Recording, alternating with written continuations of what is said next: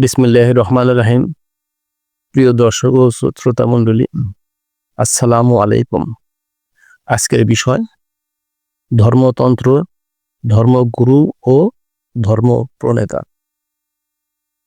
প্রাচীন রাজা বাদশাদের মধ্যে কেউ ছিল অনেক শক্তিশালী, ক্ষমতাশালী, যুদ্ধবিদ্যায় পারদর্শী ও কঠোর প্রশাসক।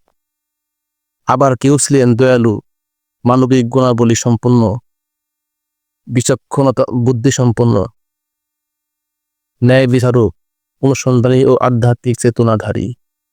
যুদ্ধবিদ্যায় পারদর্শী না হলেও দক্ষ প্রশাসক। আবার কেউ ছিলেন যুদ্ধবিদ্যা, জ্ঞান বিজ্ঞানের সহ সকল বিষয়ে পারদর্শী। বিভিন্ন অঞ্চলের বিভিন্ন রাজা বাদশাদের প্রশাসনিক দক্ষতা ও বৈশিষ্ট্য ভিন্ন হলেও কেউ সকল মানুষের কাছে যশ ও সম্মানের অধিকারী ছিলেন। তাই এক রাজ্য থেকে অন্য রাজ্য কোনো রাজা বাদশা যশ, সম্মান ও আধ্যাত্মিক ধারণা ছড়িয়ে পড়ে। তাছাড়া সাধারণত বংশ পরস্পর রাজা বাদশা নির্বাচিত হতো। ফলে পূর্ববর্তী রাজা বাদশাকে স্মরণ ও সম্মান করে পরবর্তী রাজা বাদশা রাজ্য পরিচালনা করতেন।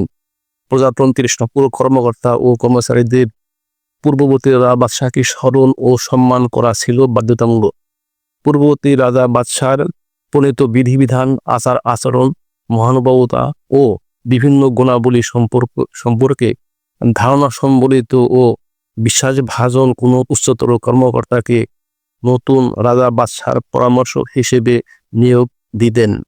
তাছাড়া অন্যান্য কর্মকর্তাদের কাছ থেকেও প্রয়োজনে পরামর্শ নিতেন। তারপর পূর্ববর্তী রাজা বাদশার প্রণীত বিধিবিধান ও নতুন রাজা বাদশার প্রণীত বিধিবিধান সমন্বয় করে রাজা বা বাদশাহী পরিচালিত হতো। যদি সমন্বিত বিধিবিধান সকলের কল্যাণ বয়ে আনত, তাহলে রাজা বাদশার যশ ও সম্মান রাজ্য সহ ভিন্ন রাজ্যেও ছড়িয়ে পড়ত। আবার যদি সমন্বিত বিধিবিধান প্রজাদের ও জনগণের কাছে দ্বন্দ্ব ও অবিশ্বাস দেখা দিত, তাহলে রাজ্যে সংঘাত সৃষ্টি হতো। তখন যুদ্ধের মাধ্যমে নতুন রাজা বাদশা নির্বাচিত হতো। কোনো কোনো রাজ্য ভিন্ন রাজ্য দ্বারা আক্রান্ত হয়ে পরাজয় হলে নতুন রাজা বাদশার প্রণীত বিধিবিধান অনুসারে রাজ্য পরিচালিত হতো। কোনো কোনো রাজা বাদশা সম্পদ অধিগ্রহণের জন্য নিজের বিশ্বাস ও সংস্কৃতি এবং বিধিবিধান ভিন্ন রাজ্যে প্রচার ও প্রসারের জন্য যুদ্ধে লিপ্ত হতো। যারা জয়ী হতেন তাদের প্রণীত বিধিবিধান অনুসারে উভয় রাজ্য পরিচালিত হতো। সাধারণ জনগণের বিশ্বাস ও সংস্কৃতি ভিন্ন ভিন্ন হলেও জয়ী রাজা বাদশাকে কর প্রদান করে তাদের নিজস্ব বিশ্বাস ও সংস্কৃতি অনুসারে জীবনযাপন করতেন। এভাবে যুগ যুগ ধরে বিভিন্ন শাসকের আমলে বিভিন্ন জাতি গোষ্ঠী সৃষ্টি হয়েছে। তারপর কোনো কোনো রাজা বাদশা অনুসন্ধানী ও গবেষণামূলক চিন্তা চেতনা ও বিশ্বাস এবং পূর্ববর্তী রাজা বাদশার প্রণীত বিধিবিধানকে সমন্বয় করে সর্বজনীন প্রজাতান্ত্রিক বিধান রচনা করেন এবং বিচারিক কার্যক্রমকে জনগণের নিকট গ্রহণযোগ্য ও বিশ্বাসভাজন হওয়ার জন্য ধর্মীয় বিধিবিধান প্রচার করতেন। কোনো কোনো রাজা বাদশা পূর্ববর্তী রাজা বাদশাকে সৃষ্টিকর্তা বা ঈশ্বর অথবা সৃষ্টিকর্তা বা ঈশ্বরের বংশধর বা শক্তি, সন্তান, স্ত্রী বিভিন্ন শরীর বানিয়ে প্রচার করতেন। তার আদর্শ, শিক্ষা ও সংস্কৃতি, আধ্যাত্মিক ধারণাকে ধর্মীয় বিধিবিধান বলে প্রচার ও প্রসার করতেন। কোনো কোনো রাজা বাদশা পূর্ববর্তী রাজা বাদশার ভাস্কর্য বা মূর্তি রাজপ্রাসাদে স্থাপন করে পাপ মুক্তির জন্য ভক্তি শ্রদ্ধা ও প্রার্থনা করতেন, যাহাতে রাজ্যে শান্তি শৃঙ্খলা ও জনগণের কল্যাণ হয়। তারা মনে করতেন মূর্তির মধ্যে বিশ্ব ব্রহ্মাণ্ডের সৃষ্টিকর্তা বা ঈশ্বর বসবাস বা যাতায়াত করে। এভাবে অনেক যুগ চলার পর রাজা বাদশা চিন্তা করে দেখলেন যে এত ক্ষমতাশালী, শক্তিশালী, সম্পদশালী, বিশ্বাসভাজন, যশ সম্মানের অধিকারী হলেও যে কোনো মুহূর্তে মৃত্যু হতে পারে। মৃত্যুর পর সব কিছু রেখে পৃথিবী থেকে চলে যেতে হবে, অথবা অন্য কোনো রাজা বাদশাহ দ্বারা আক্রান্ত হয়ে দাসদাসী হতে হবে। তাই মৃত্যুর পর কি অবস্থা হবে তা নিয়ে গবেষণা দরকার। তাছাড়া পূর্বে যারা নিজেকে সৃষ্টিকর্তা বা ঈশ্বর হিসেবে বর্ণনা করেছেন সবাই মৃত্যুবরণ করেছে, কেউ মৃত্যুর ঊর্ধ্বে নয়। কোনো রাজা বাদশাহ আধ্যাত্মিক চিন্তা চেতনা দ্বারা গবেষণা করে সিদ্ধান্ত উপনীত হন যে মানুষ সৃষ্টিকর্তা বা ঈশ্বর হতে পারে না, মানুষকে কেউ সৃষ্টি করেছে।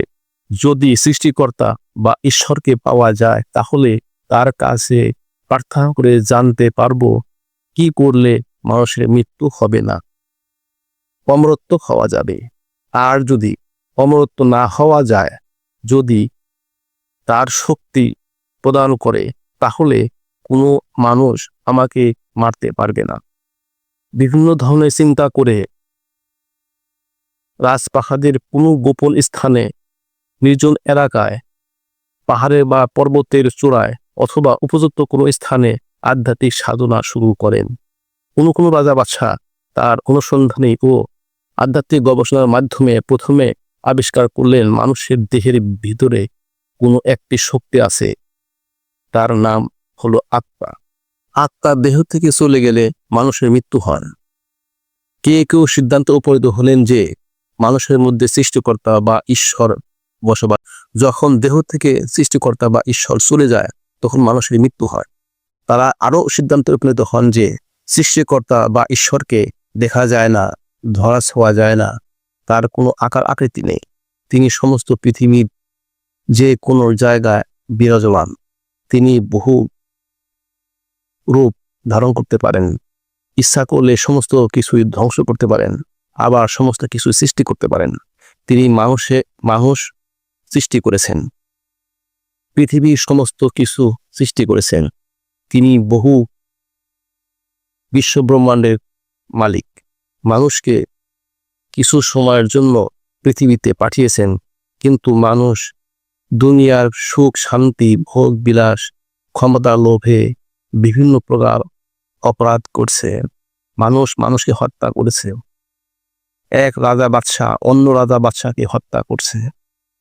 রাজা বাদশাহ নিজেকে সৃষ্টিকর্তা বা ঈশ্বর প্রচার করে মানুষের সাথে ধোঁকা ও প্রতারণা করছে। মানুষের মধ্যে ছোট বড় শ্রেণী বিন্যাস করে ভেদাভেদ সৃষ্টি করে সংঘাত সৃষ্টি করছে। ঈশ্বরের বা সৃষ্টিকর্তার কাছে সমস্ত মানুষই সমান। তাই মানুষ তার অপরাধের কারণে সৃষ্টিকর্তা বা ঈশ্বর বিভিন্ন প্রকার শাস্তি দেন, কখনো জীবন নিয়ে যান। পৃথিবীতে মানুষ যখন অপরাধে জড়িয়ে পড়ে তখন তার প্রিয় মানুষকে নিজের কাছে নিয়ে যায়। আবার আরও সিদ্ধান্তে উপনীত হন যে মানুষের আত্মাগুলো সৃষ্টিকর্তা বা ঈশ্বর তার বসবাসের আশেপাশে অথবা আরশে অথবা তার পছন্দমতো কোনো স্থানে রাখেন। কোনো এক সময়ে দেহ ও আত্মাকে একত্র করে মানুষকে তার অপরাধের জন্য উপযুক্ত শাস্তি দিবেন। যারা নিরপরাধ তাদেরকে স্বর্গে বা ভেস্তে পাঠাবেন। রাজবার বাদশাহের বিভিন্ন প্রকার আধ্যাত্মিক ধারণাগুলো রাজপ্রাসাদ সহ সাধারণ মানুষের মধ্যে পর্যায়ক্রমে ছড়িয়ে পড়ে। সাধারণ মানুষের মধ্যে থেকেও কেউ আধ্যাত্মিক ধারণা মুহূর্ত হয়ে পৃথিবীর বিভিন্ন স্থানে আধ্যাত্মিক সাধনার মাধ্যমে সৃষ্টিকর্তা বা ঈশ্বরের সান্নিধ্য পাওয়ার চেষ্টা চলতে থাকে। যুগে যুগে পর্যায়ক্রমে মানুষের আধ্যাত্মিক ধারণার মাধ্যমে ঈশ্বর বা সৃষ্টিকর্তা সম্পর্কে বিভিন্ন ধারণা প্রচার ও প্রসার হতে থাকে। কোনো রাজা বাদশাহ জনগণের ও তাদের নিজেদের ধারণাগুলোকে সম্মানিত করে সার্বজনীন প্রজাতান্ত্রিক এবং ধর্মীয় বিধান প্রণয়ন করে সেগুলোকে যথাযথ পালনের জন্য প্রচার করতে থাকেন। তাই কোনো কোনো রাজা বাদশাহ রাজপ্রাসাদে প্রার্থনালয় তৈরি করেন। কেউ পূর্ববর্তী রাজা বাদশার আদর্শ স্মরণীয় করে রাখার জন্য রাজপ্রাসাদের কোনো স্থানে ভাস্কর্য বা মূর্তি বানিয়ে রাখেন। অন্য কোনো রাজা বাদশাহ পূর্ববর্তী রাজা বাদশার অবদানের জন্য ভাস্কর্য বা মূর্তি বানিয়ে পূজা ও ভক্তি শ্রদ্ধা করতে থাকেন। এভাবে যুগ যুগ ধরে বিভিন্ন রাজ্যের মানুষ ঈশ্বর বা সৃষ্টিকর্তার বিভিন্ন ধরনের প্রার্থনা ও গুণ কীর্তন করতে থাকে। কয়েক যুগ পরে কোনো কোনো রাজা বাদশাহ ঈশ্বর বা সৃষ্টিকর্তার প্রার্থনা, পূজা ও ভক্তি শ্রদ্ধা করার জন্য নিয়ম নীতি তৈরি করে তা যথাযথ পালনের জন্য শিক্ষা দেওয়ার জন্য রাজপ্রাসাদে ধর্মগুরু নিয়োগ করেন। ধর্মগুরু রাজা বাদশার আধ্যাত্মিক ধারণা, পূর্ববর্তী রাজা বাদশার আধ্যাত্মিক ধারণা ও নিজের আধ্যাত্মিক ধারণাগুলোকে ও রাজদরবারের পরামর্শগুলোকে সমন্বিত করে তা অনুমোদন করে সর্বজনীয় ধর্ম বিধিবিধান তৈরি করেন। এভাবে রাজপ্রাসাদে প্রণীত ধর্মীয় বিধানগুলো ধর্মগুরু নিজেও পালন করতেন, সকলকে শিক্ষা প্রদান করতেন এবং যথাযথ পালনের জন্য উপদেশ দিতেন। পর্যায়ক্রমে সমস্ত পৃথিবীর রাজপ্রাসাদে ধর্মগুরুর নিয়োগ হলো। ধর্মগুরু আদেশ নিষেধ, শিক্ষা ও সংস্কৃতি পালন করা সকলের জন্য বাধ্যতামূলক হলো। অমান্য করলে বিভিন্ন ধরনের শাস্তি হতো। তারপর কয়েক যুগ পরে সকলের গ্রহণযোগ্য করে তোলার জন্য ধর্মগুরু রাজধর্মকে পূর্ববর্তী রাজা বাদশার প্রণীত ধর্ম বলে বর্ণনা করেন। অপরদিকে সাধারণ জনগণের মধ্য থেকেও কোনো কোনো ব্যক্তি আধ্যাত্মিক ধারণার ফলে কোনো কোনো শ্রেণী বা গোষ্ঠীর নিকট ধর্মপ্রণেতা হিসেবে পরিচিতি লাভ করেন। তাই প্রাচীন যুগের মানুষের গবেষণালব্ধ আবিষ্কারগুলো মানুষের আত্মা এবং মানুষের সৃষ্টিকর্তা বা ঈশ্বর তারপর বিভিন্ন রাজ্যে পর্যায়ক্রমে উচিত হয়। সৃষ্টিকর্তা বা ঈশ্বরের বিভিন্ন নাম ও তাদের বিধিবিধান, কেউ বলে আল্লাহ, কেউ বলে ঈশ্বর। পরবর্তীতে যারা আল্লাহ বা ঈশ্বরের বা সৃষ্টিকর্তার শিক্ষা ও বিধিবিধান মানুষের মাঝে প্রচার করেছেন বা প্রতিষ্ঠা করেছেন তাদেরকে কেউ বলে নবী, কেউ বলে ভগবান, কেউ বলে ঈশ্বর বা সৃষ্টিকর্তার সন্তান, স্ত্রী, বন্ধু ইত্যাদি। পৃথিবীর বিভিন্ন রাজ্যে রয়েছে বিভিন্ন ধর্মীয় বিধিবিধান, রয়েছে বিভিন্ন ধর্মগুরু ও ধর্মপ্রণেতা। তাই ধর্ম হলো বিশ্বাসের বিষয়। ধর্ম নিয়ে সংঘাত সৃষ্টি না করা উত্তম। যাই হোক, মানুষের সর্বপ্রথম ও সর্বশ্রেষ্ঠ আবিষ্কার হলো ঈশ্বর বা সৃষ্টিকর্তা এবং মানুষের আত্মা। রাজপ্রাসাদে তৈরি হয় ধর্মতন্ত্র, তারপর প্রতিষ্ঠা হয় ঈশ্বর বা সৃষ্টিকর্তার বিধিবিধান। ঈশ্বর বা সৃষ্টিকর্তার বিধিবিধানকে প্রতিষ্ঠা করেন ধর্মগুরু বা ধর্মপ্রণেতা। সবাইকে ধন্যবাদ জানিয়ে এখানে শেষ করছি। আমার চ্যানেলটি সকলেই সাবস্ক্রাইব করবেন।